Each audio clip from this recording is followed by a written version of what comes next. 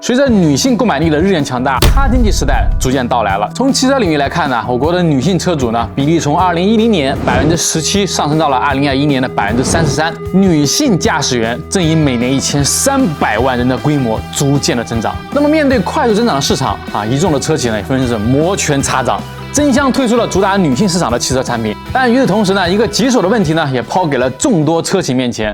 被男性主导了100多年的汽车产业，该如何造出一辆女性喜欢的汽车呢？那这个问题啊，在汽车刚刚发明时呢，是没有人会考虑的，因为早期的汽车啊，由于技术问题呢，启动一辆车辆就像拖拉机一样啊，是靠手摇啊，方向盘、离合器的操作呢，也需要相当大的力气啊。这些技术上的缺陷啊，即使是对男人来说呢，也是不小的考验。对力量更柔弱的女性来讲啊，莫过于剥夺了他们的汽车入场券。后来呢，随着电子点火转向助力啊，自动变速箱的发明呢，汽车驾驶的门槛呢低了很多。但女性呢发现啊，她们仍然无法很好的驾驶汽车，这又不是汽车技术问题了，而是设计的问题。比如汽车的尺寸呢，都是按照这种标准的男性的体型设计的，来不喜欢大车的女生来扣个1好吗？那再后来呢，经过了2战之后呢，经济腾飞了啊，女性呢更深入的参入了社会分工，经济地位啊、话语权呢也得到了巨大的提升。这个时候车企才盯上了女生的钱包。美式肌肉车的典范道奇，在1955年的时候呢，推过一款女性车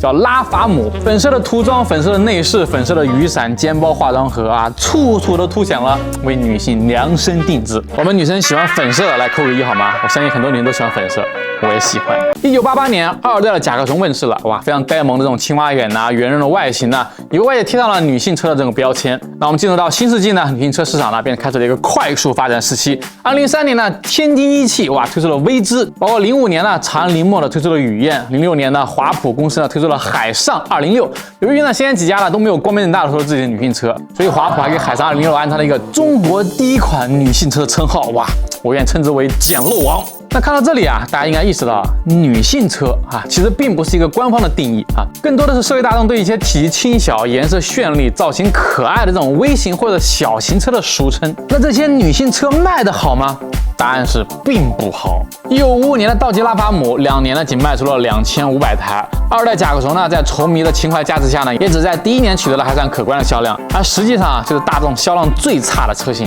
包括雨燕、威姿啊，还号称中国第一辆女性车的海上206呢，早早的就停产了。被车企寄予厚望的女性车呢，往往不能够让厂商如愿以偿，反倒是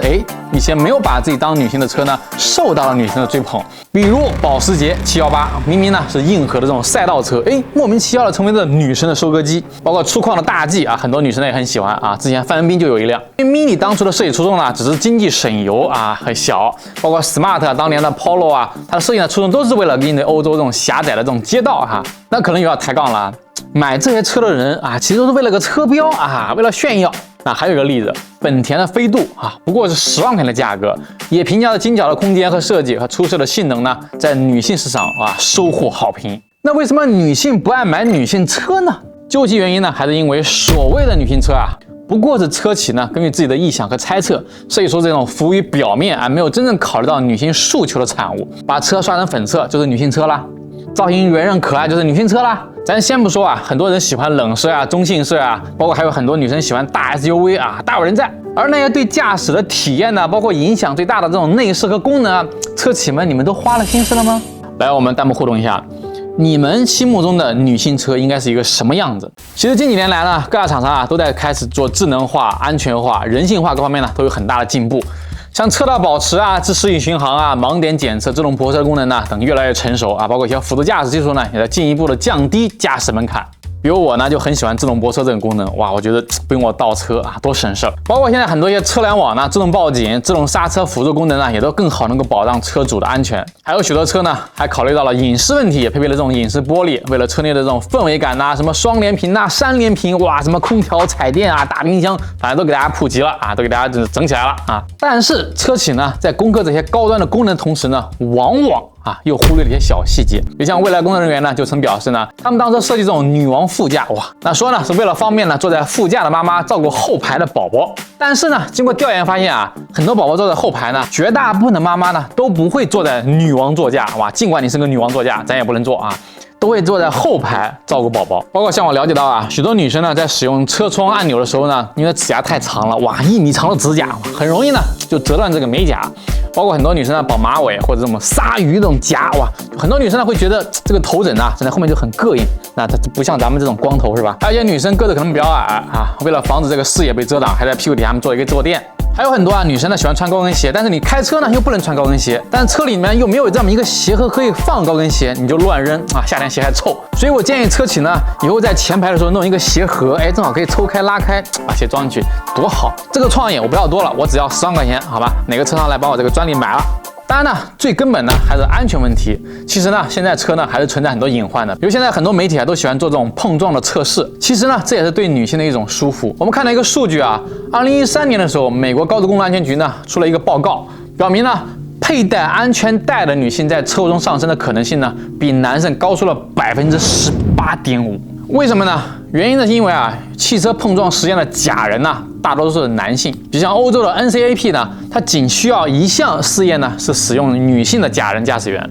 比如美国的 NCAP 呢，则直接不需要在驾驶员上放女性的假人。还有研究表明，女性在车祸当中啊被困的概率是16%，而男性呢仅有9%。那主要是因为女性在车祸当中啊更容易伤到这个骨盆啊、脊椎。这也跟测试假人有关。一个男性的假人的骨盆呢，相当于青春期的女性骨盆。这一生理差异呢，也导致女性在车门之间的安全距离呢和男性是不同的。再加上有些女性呢，为了方便踩到油门，她调试的座椅位置呢也更贴向方向盘，这就导致啊，当车祸的时候，女性被困的概率呢大大的增加了。所以咱们直男司机们啊，以后咱们不要再调侃什么女司机了。